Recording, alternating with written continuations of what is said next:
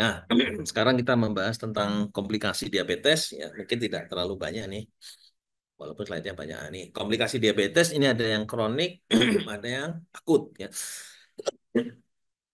Kalau yang akut ini ada yang hiperglikemi, ada yang hipoglikemi. Nah, hiperglikemi mulai dari diabetik ketoasidosis, kemudian HHS, hiperglikemi hiperosmolar state, dan laktik asidosis. Kemudian kalau yang kronik, ini yang mikrovaskuler dan makrovaskuler. Yang mikro ini mulai dari retinopati, nefropati, dan neuropati. Ya. Mulai dari sensorik dan motorik. Bisa mono, bisa polineuropati, serta autonomik. Ini yang banyak apa namanya eh, yang di klinik. Kemudian yang makrovaskuler, makrovaskuler mulai dari yang di jantung, coronary artery disease, kemudian di pembuluh darah peripheral vascular disease atau cerebrovascular disease. Ya. Jadi yang saya sampaikan, kadang-kadang pasien-pasien datang dengan sudah dengan komplikasi ya, bisa hipo, bisa hiper, yang sering hiper sih, hiper. Pasien masuk dengan saya pernah datang pasien eh, kadar gulanya sampai 1000. Ya, untung pas alatnya bisa ya. Kalau alat yang kecil itu blood glucose meter itu paling high gitu aja ya, high gitu. Tapi karena ini di laboratorium 1000, kalau nggak 1000 atau 1200 gitu saya lupa. Tapi memang tinggi. Nah, ya udah kita atasi ya. Tapi dia tidak ada riwayat atau mengaku tidak ada riwayat diabetes sebelumnya.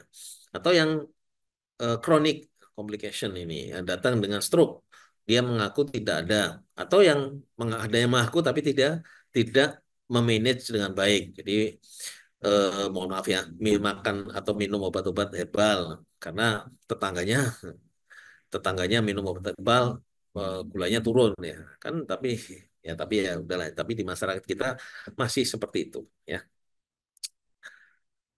Ini ya, ini kalau kondisi-kondisi hiperglikemi ini akan menyebabkan repeat acute changes ya. Jadi ada perubahan yang berulang-ulang pada metabolisme seluler. Makanya akan terjadi kerusakan jaringan ya. Nah, kerusakan jaringan yang di mana ya, itulah yang akan menentukan komplikasinya ya.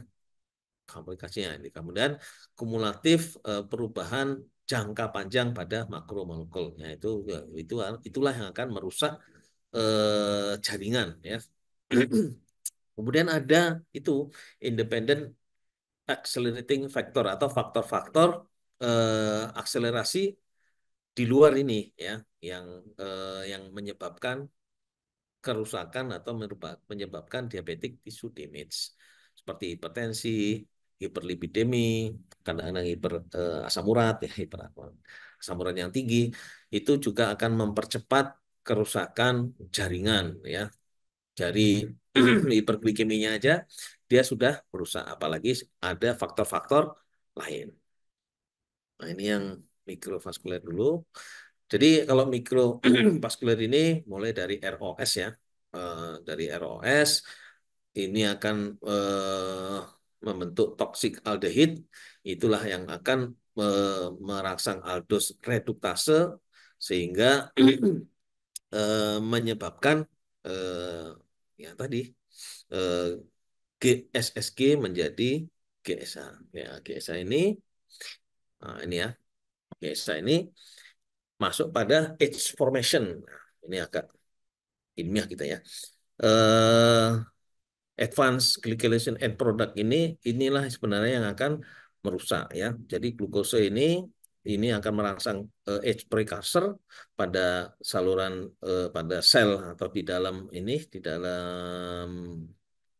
sel di endothelial cell ya. Age inilah yang akan me- merangsang makrofag untuk menghasilkan hormon-hormon sitokain. Nah, sitokain inilah yang akan merusak sel-sel ini ya. Jadi merusak sel-sel ini. Ya, ini kan. Jadi dari hiperglikemi ini ini akan meningkatkan DAG dan PKC yang akan menyebabkan ya ya. Jadi kalau TGF beta kemudian kolagen, fibronectin ini akan menyebabkan penipisan membran basalis. Kemudian PI1 itu akan menurunkan fibronolisis sehingga menyebabkan oklusi vaskuler. Makanya vaskuler yang oklusi ini akan menimbulkan gejala di tempat mereka oklusi. Ya, kalau di otak misalnya stroke, kalau di jantung ya CAD, kalau di pembuluh darah mungkin dia ada vaskuler. Kemudian kalau di eh, tempat-tempat lain bisa jadi eh, sesuai tempatnya retinopati, neuropati atau nefropati ya. Kemudian dia akan menyebabkan sikat aja ya, akan menyebabkan flow contractility yang menurun ya. Jadi kalau aliran darahnya lambat, otomatis dia akan lebih merusak membran basalis. Ini hampir mirip ya, glukosa tadi akan mengaktifasi glikolitik. Glikolitik ini nanti akan yang merusak jaringan.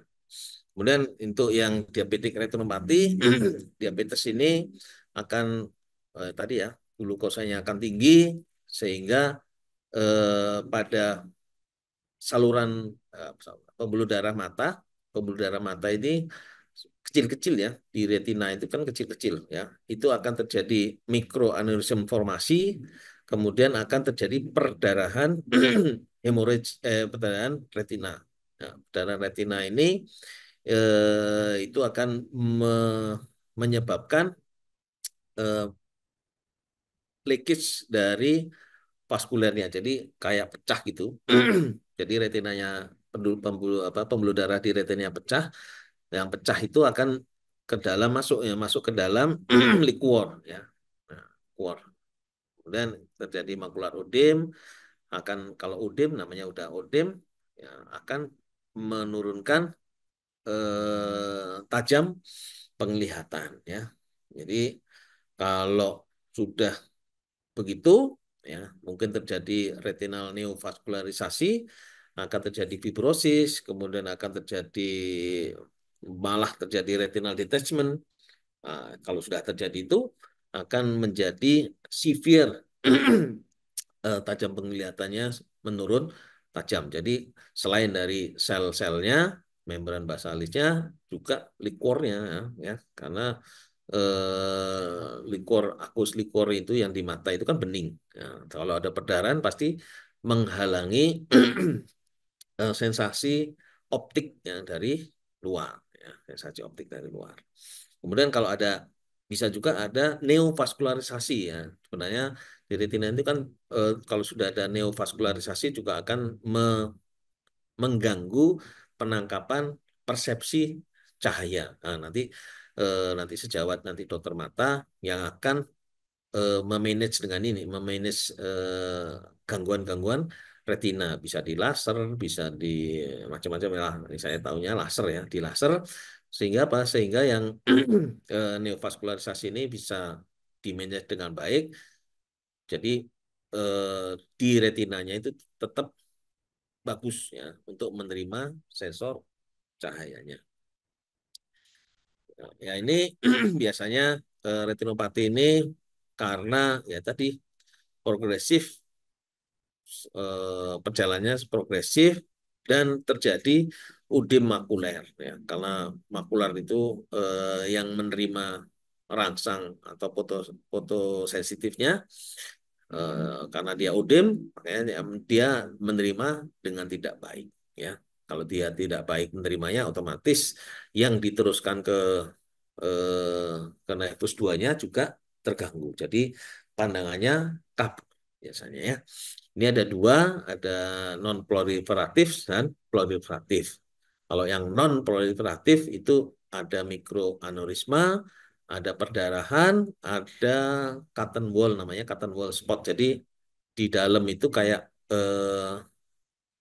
wall yang apa namanya ya, melayang-layang ya, melayang-layang di dalam akornya, melayang-layang. Dan itu nanti pasiennya lihatnya saya kayak ada melihat yaitu cotton wool ya, kayak kapas melayang-layang di mata saya, Pak Lea. Itu karena memang ada eh, perdarahan tadi kecil-kecil ya. Ini eh, kalau di kalau itu berlanjut, itu akan menjadi hipoksia, nah, akan menjadi proliferatif diabetik retinopati ya. Jadi terjadi nanti yang tadi neovaskularisasi tadi. Ya, jadi yang paling efektif terapi yang diabetik retinopati ini adalah prevention ya, prevention karena udah dia DM, kemudian dia hipertensi, ya, dua-duanya kan bisa menyebabkan retinopati ya, bisa retinopati hipertensi, bisa retinopati diabetik. Apalagi ada dua-duanya ya. Jadi harus kita kontrol kadar gula dan kadar tensi tekanan darahnya. Karena kalau dua-duanya tidak terkontrol dengan baik, dua-dua faktor itu akan menyebabkan kerusakan lebih lanjut di retina. Kalau yang di nefropati, ya, kondisi-kondisi yang hiperglikemi ini akan menyebabkan vasodilatasi di renal, kemudian akan meningkatkan filtrasi rate dari glomerulus. Meningkatnya ini akan meningkatkan pengeluaran protein ya, pengeluaran protein sehingga protein-protein ini kan sebenarnya bisa keluar ya, bisa keluar tapi dibatasi ya, dibatasi. Tapi kalau ditekan terus ya seperti ya bayangkan aja protein-protein ini seperti ditekan melalui glomerulus. Ya, akhirnya akan terjadi mikro atau makro albuminuri. Ya. Nah, mikro dan makro ini yang akan menyebabkan kerusakan glomerulus. Nah, ya itulah menyebabkan nefropati. Selain itu, hiperglikemi itu juga akan meningkatkan tekanan intraglomerular ya. Ya, tekanan intraglomerular ini bisa disebabkan oleh hipertensi. Ya, tadi kan kawannya adalah diabetes dan hipertensi. Nah, hipertensi ini itu akan meningkatkan tekanan. Nah, tekanan ini juga akan meningkatkan ekspresi dari protein sehingga akan lebih membuat glomerulus damage ya. Selain itu, hiperglikemi ini kan meningkatkan protein glycation ya, glikosilasi. Itu juga akan meningkatkan kerusakan glomerulus ya. Itulah yang akan menyebabkan terjadinya nefropati ya. Nah, ini nggak usah di sana, di sini juga ya diabetic nephropathy ini leading cause of ESRD atau end stage renal disease ya. Kalau sudah gini ya ya di HD biasanya ya. Karena HD ini kalau nggak salah nomor 3 dari tadi biaya kesehatan untuk pasien-pasien, terutama pasien-pasien BPJS ya. Yang nomor 1 kalau nggak salah jantung, stroke, kemudian ginjal ya. Jadi ginjal ini tiga-tiganya kan merupakan komplikasi dari diabetes. Ya, individual diabetic nephropathy hampir selalu punya diabetic retinopathy ya. Nah, jadi ini kawannya diabetic nephropathy ya, neuropati juga iya ya. Jadi harus diwaspadai. Kemudian stage-nya ada yang stage dari diabetic nephropathy, hyperfiltration tadi, kemudian mikroalbumin, kemudian kalau sudah mikroalbumin makin rusak jadi over proteinuri, kemudian turun GFR, akhirnya ESRD, ya, end state atau CKD. Ya, CKD karena diabetik nefropati. Kalau mikroalbumin ini definisinya 30 sampai 300 miligram per hari albumin ya. Kalau lebih dari 300 itu jadi makroproteinuri ya. Nah, makroproteinuri. Kalau masih 30 sampai 300 itu mikro ya. Mikro. Biasanya di urin makanya untuk jendelanya melihat fungsi dari ginjal kita bisa lihat dari urin rutin. Jadi glukosanya misalnya positif, proteinnya juga positif ya. Hati-hati itu sudah terjadi gangguan atau komplikasi ke ginjal. Kalau proteinnya positif satu, karena protein positif satu berarti kan lebih dari tiga, sudah terjadi 300 lebih dari 300 ya, sudah terjadi makroproteinuri ya. Berarti mikronya kan sudah terlewati. Ya, kemudian yang tadi hipertensi juga merupakan kawannya dari DM untuk mempercepat terjadinya nefropati. Ya, kalau ini, kalau nefropati obatnya ya tetap sama ya, prevention aja. Ya, supaya eh, progresi progresnya lebih melambat. Progresnya lebih melambat. Mulai dari yang mikro sampai ke yang overt atau yang makro proteinuri. Ya, caranya ya normalisasi kadar gula darah, kemudian normalisasi tekanan darah, eh, kemudian pemakaian ACE atau ARP ya untuk menurunkan proteinuria tadi. Kemudian menurunkan juga atau mengobati dislipidemia. Ya. Kalau bisa sih dipertahankan 130 per 80 ya. Kalau ya agak lebih ini agak lebih ketat kalau sudah ada mikroprotein atau makroproteinuri ya, agak lebih turun lagi 125 per 7. Tapi memang ya terus terang agak susah untuk mengontrol tekanan darah plus tekanan apa namanya plus kadar gula darah karena memang ya kalau di rumah sakit kan pasien ketemunya sebulan sekali ya kadang ya di sebulan itulah pentingnya edukasi harus bapak ibu harus begini harus begini ya itu untuk mengontrol tekanan darah dan kadar gula darah. Nah, ini kalau sudah ada sudah ada mikro kalau bisa sih proteinnya cuma 0,8 ya 0,8 intake proteinnya ya karena kalau protein ini kan eh, akan eh, di metabolisme dan keluar ya keluar lewat urin. Nah, tapi kalau proteinnya banyak yang masuk otomatis keluarnya juga yang membebani ginjal juga lebih banyak. Jadi kalau bisa dikurangi proteinnya. Nah, ini kalau neuropati, kalau neuropati ini secara apa namanya? Skematis ya, ya. Dari metaboliknya glukosa ini akan keluar menjadi sorbitol, kemudian akan menurunkan menopredan itu dari H formation. H formation ini akan mengakibatkan gangguan aksonal transport. S formation juga akan menyebabkan vasokonstriksi dan akan mengecilkan arteri, ya, arteri. Sehingga akan di vaskulernya bisa terjadi oklusi, ya, oklusi, ya itulah akan terjadi neuropati. Ya, ini hampir hampir 50% individu yang dengan DM tipe 1 dan tipe 2 itu mengalami neuropati ya, neuropati diabetik ya, hampir 50%. Ini berkorelasi dengan glycemic control dan lamanya diabetes. Jadi yang tadi ya terdiagnosa diabetes sebenarnya dia sudah 4 sampai 7 tahun yang lalu itu sudah mulai atau sudah ada diabetesnya tapi baru terasa baru kelihatan karena dia ada eh, komplikasi ya komplikasi. Jadi semakin lama dan semakin tinggi kadar gulanya maka akan semakin cepat terjadinya neuropati. Ini yang paling banyak di klinik ya atau di rumah sakit datang dengan keluhan kebas-kebas ya.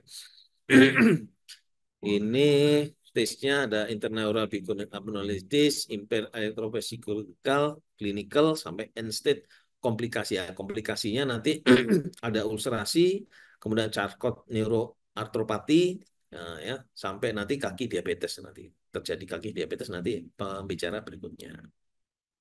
Ini ya sensori motor neuropati, simptomnya loss of sensation, biasanya kebas, kemudian kehilangan rasa, kemudian loss of pain perception. Ini yang paling paling menonjol juga karena saya pernah punya pasien dia ada ulkus ya, ulkus di jempol kalau nggak salah.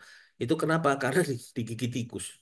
Ya, saya gigit tikus kok bisa ya dia nggak terasa ya dia nggak terasa kalau digigit tikus ya tapi taunya begitu dia tidur melek ternyata ada tikus yang lagi makan kakinya dia nggak terasa ya atau pasien-pasien yang eh, ya seperti kita ketahui ya kadang-kadang pasien ini lebih percaya pada tetangganya daripada dengan dokternya dia jalan tanpa alas kaki di apa namanya yang batu-batu itu, batu-batu yang disusun itu ya. Kadang-kadang ada batunya yang runcing atau apa ya, itu kan melukai ya. Katanya itu untuk obat, ya. Tapi melukai. Setelah luka dia nggak terasa. Ya, kemudian karena dia tidak beralas kaki, infeksi ya infeksi, apalagi dia gulanya tinggi, ya infeksinya susah untuk kering. Ya. Kemudian ada ya parestesi dan disestesi. Jadi kebas yang sering. Kemudian ada rasa nyeri juga ya, kayak kebakar, kemudian hiperalgesia. Jadi cikit aja udah nyeri sekali. Terus neuralgia ini yang sering juga. Kemudian kram dan restless leg. Jadi kram-kram di kaki, kemudian dia nggak bisa istirahat, ya itu yang gejala-gejalanya. Kemudian sign-nya, tandanya yaitu sensory loss, kemudian tidak atau kurangnya refleks tendon, muscle wasting, weakness itu karena tidak dipakai, karena merasa nyeri, jadi diemin aja. Kemudian autonomic dysfunction dan ulkus di kaki ya. Autonomic dysfunction ini biasanya ya, biasanya pada pasien-pasien yang sudah mulai tua, ini dia tidak bisa mengontrol untuk BAB dan BAK-nya. Ya, tiba-tiba kencing gitu aja. Ya. Jadi sudah ada disfungsi otonomik atau ulkus di kaki. Ya, nanti pembicara berikutnya. Ulkus di kaki ya tadi ada luka tapi tidak dimanage dengan baik, kemudian gulanya juga tidak manage dengan baik, jadi lukanya akan terus berkembang. Nah ini ya, rasanya seperti kebakar kakinya.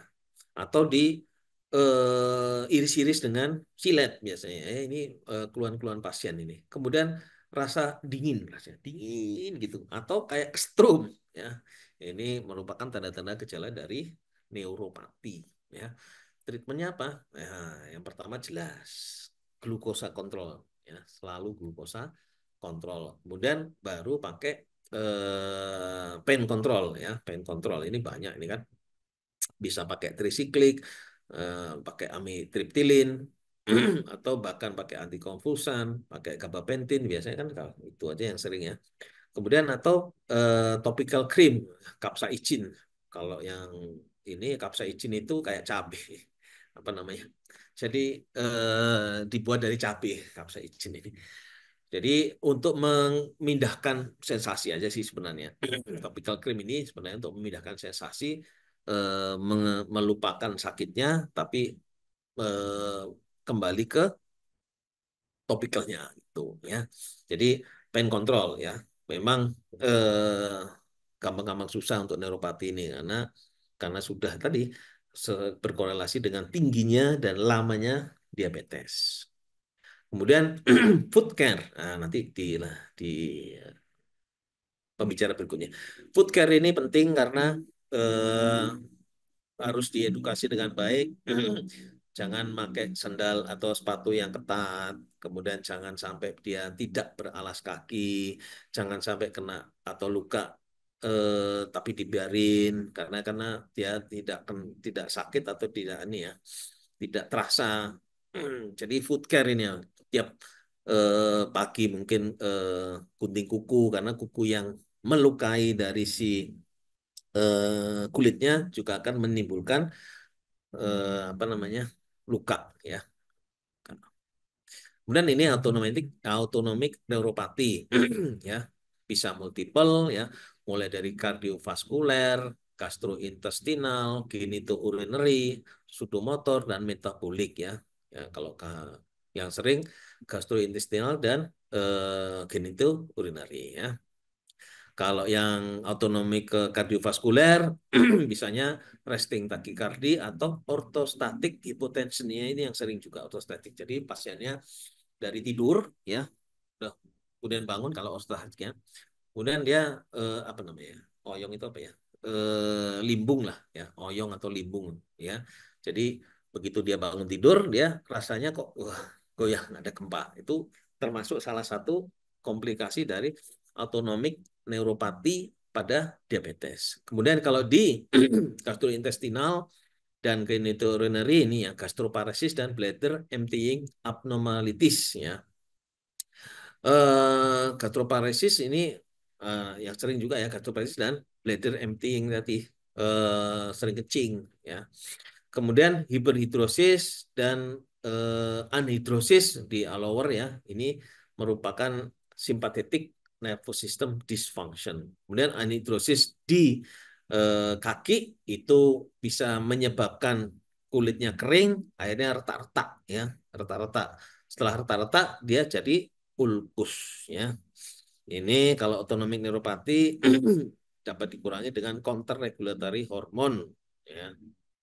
Ya, leukemia ya, ya, patofisiologi ya. Nah, ini yang makrovaskuler, patofaskuler kalian tadi yang mikro. Ini yang di makro, ini yang pertama adalah bisa di cerebral, bisa di miokard, dan bisa di lower extremity. Nah, kemudian yang paling sering karena terjadi aterotrombosis. Ya, ini merupakan penyebab yang sering dari makrovaskuler, ya. Komplikasi dari makrovaskuler. Ini aterotrombosis ini biasa ditandai oleh eh, disruption dari plak. Ya. Nah, disrupsi dari plak atau ruptur atau erosion ini ya yang nanti menyumbat di tempat-tempat yang tadi ya sudah disebutkan. Dan ini juga akan menyebabkan aktivasi platelet dan pembentukan trombus. Nah, pembentukan trombus inilah nanti yang dikhawatirkan kalau ke otak jadi stroke, kalau di jantung jadi CAD, kalau di kaki jadi foot ulcer, ya, macam-macam ya. Ya, jadi ischemic stroke bisa ya jadi apa namanya gangren sebelum gangren tadi penyumbatan dulu makanya harus diamputasi ya apalagi diamputasi kalau amputasi ini memang apalagi gangren ya kalau gangren harus diamputasi kalau nggak diamputasi dia akan menyebar naik ke atas ya kemudian vascular death ini ya jadi aterogenesis mulai dari akumulasi lipid kemudian nanti datangnya makrofag makrofag itu jadi foam cell kemudian foam cell ini masuk ke dalam intima. Nah, intima ini akan menyebabkan plak aterosklerotik. Nah, aterosklerotik makin lama makin gede, makin gede, makin gede. Kalau di jantung nanti akan jadi CAD, ya, jadi CAD. Ini yang manifestasinya bisa jadi ischemic stroke, minimal terjadi transient ischemic attack, ya. Nah, TIA ini kadang-kadang blank sebentar. Nah, ini diwaspadai terjadi ischemic stroke ya. Kalau dilanjutkan jadi ischemic stroke. Nah, transient TIA ini kalau sesuai dengan sejawat neurologi, kalau nggak salah dalam waktu 24 jam ya. Kalau 24 jam kembali berarti aman ya. Tapi kalau dia lanjut, ia akan menjadi stroke iskemik. Kemudian di jantung akan terjadi infark miokard ya, serangan jantung. Bisa stable, bisa unstable. Kemudian kalau di kaki jadi PAD, peripheral arterial disease. Bisa intermittent claudication. Jadi nyeri tapi hilang timbul nyerinya. Jadi kadang nyeri, kemudian nyerinya ini bisa rest pain ya, rest pain. Jadi nyerinya nyeri tapi kalau diemin makin nyeri. Makin nyeri. Kemudian akan terjadi gangren dan nekrosis. Kalau sudah gangren dan nekrosis ya sudah. Nah, nanti biasanya harus diamputasi. Izin dokter, Dan, ya, ingatkan dok untuk waktunya 10 menit lagi dok. oh ya, Baik dok. kayaknya sebentar lagi udah selesai. Ya, ya kardiovaskuler dan cerebrovaskuler ini 70% pasien ini bisa apa namanya penyebab kematian pasien-pasien ini. Ya, karena jantung dan karena cerebro ya, CVA dan CAD ya. Kemudian ini hipotesisnya ya karena ya tadi glucose intolerance, kemudian hipertensi diperberat dengan hipertensi dan dislipidemi serta koagulopati. Kan koagulopati tadi sudah jelaskan ada thrombus formation, nah itu akan menyebabkan koagulopati ya. Hal-hal yang ini itu yang menyebabkan gangguan pada kardiovaskuler dan cerebrovaskuler. Nah, ini ya. Kuartet, the deadly quartet. Ini type 2, hipertensi, obesity, dan dyslipidemi. Inilah yang akan menyebabkan resistensi insulin dan menyebabkan early cardiovascular disease. Ya. Kalau di makrovaskular dia harus amputasi, dia harus apa namanya jadi stroke, bisa jadi CAD. Kalau di mikrovaskular dia jadi buta, ya, blindness dan jadi gagal ginjal. Jadi dengan pemenata laksanaan DM dengan baik, ya semoga makro dan mikrovaskuler komplikasinya ini akan minimal terdelay ya, terdelay. Nah, ini ya, kalau ini apa namanya? Untuk ininya aja, apa namanya? Untuk patofisiologinya. Nah, ini tadi sudah disebutkan ya, sudah di apa namanya? Sudah di eh, ini kan sudah diterangkan. Ya, preventionnya apa? Ya, preventionnya ini yang penting untuk menanggulangi ini, menanggulangi hiperglikeminya, kemudian menanggulangi dislipideminya, menanggulangi hipertensinya, dan pemakaian antiplateletnya. Nah, karena pemakaian antiplatelet ini bisa untuk hipertensi, bisa untuk diabetes. Ya, jadi semua faktor resikonya dikendalikan tadi yang sindroma metabolik tadi dikendalikan ya, mulai gulanya, lipidnya, tensinya. Kemudian prevention dari analisis ini gangguan trombolisis dan endotel ini kalau ini. Nah, ini yang diabetic foot. Diabetic foot ini sekitar 15%.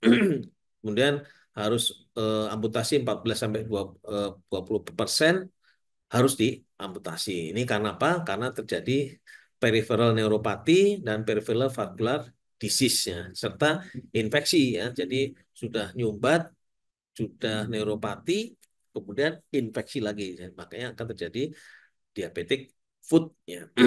Kemudian resiko untuk amputasi dia laki-laki, kemudian lebih dari 10 tahun, kemudian ada peripheral neuropati, kemudian adanya gangguan struktur dari kaki ya, misalnya ada kalus, kalus yang tadi retak-retak tadi, kemudian ada di kukunya, kemudian memang ada gangguan di tulangnya, ya, kemudian ada PAD, peripheral arterial disease, riwayat merokok, riwayat ulcer sebelumnya, dan pemakaian apa namanya kendali gula yang tidak baik ya.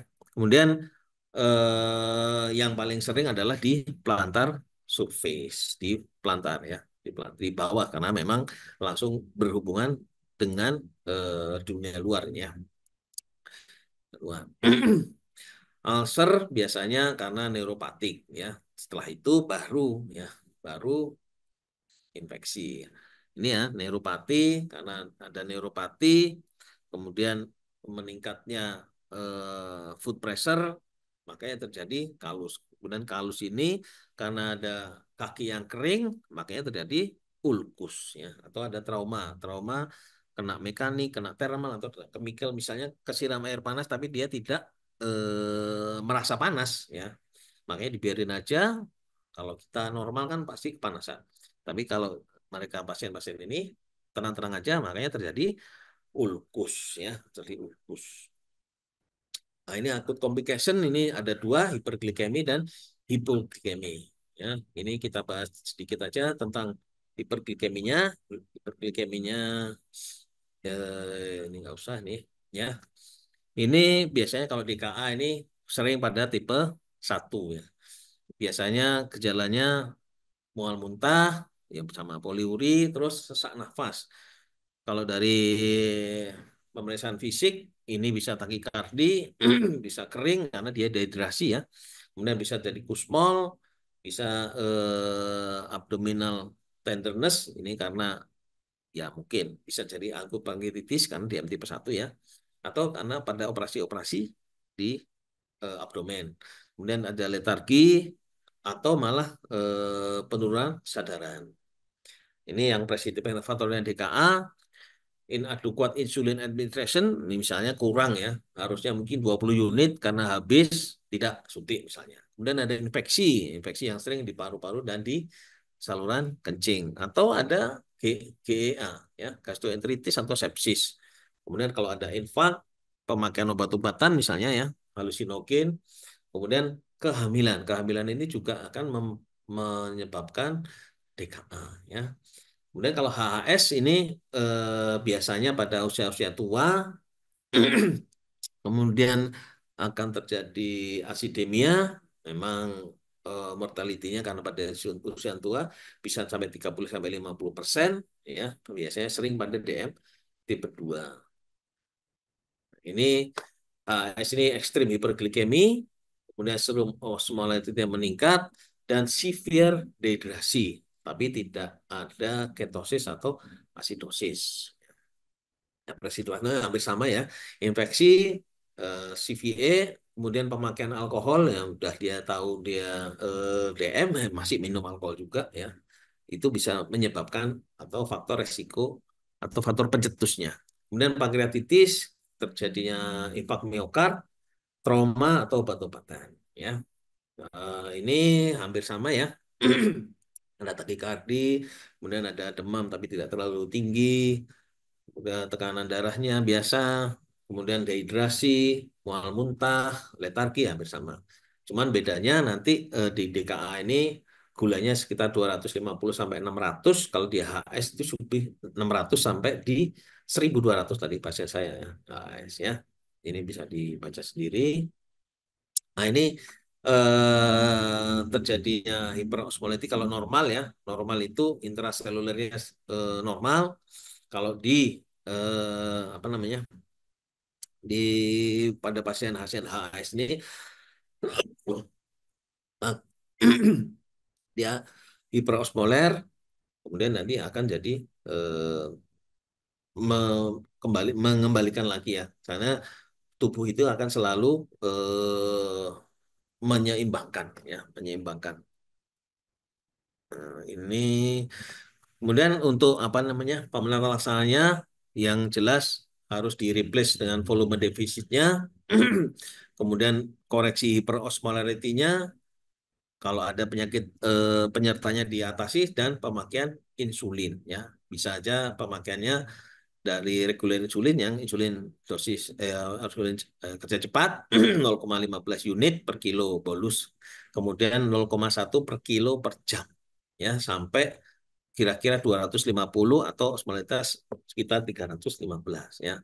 Kalau bisa 250, tapi kalau lebih baik lagi mungkin 200-an ya. Ini mengkoreksi hiperosmolernya dan dehidrasinya ya. Insulin dipakai kalau sudah hemodinamiknya stabil ya. Nah, ini pemakaiannya ya, nanti bisa dibaca sendiri. Kalau yang hipoglikemi, hipoglikemi ini ada triple Whipple ya, triad Whipple ya.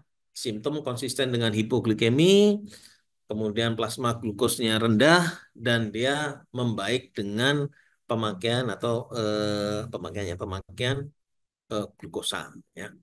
Nah, dia membaik ya. Simptomnya ini ada dua, ada neuroglycopenic dan neurogenik. Neuroglycopenic ini karena gangguan di CNS biasanya lemah, kemudian bingung, gangguan pandangan, bisa kejang, bisa juga penurunan kesadaran. Kalau neurogenik ini palpitasi, tremor, cemas, ya, kemudian berkeringat, ini dari neurogenik.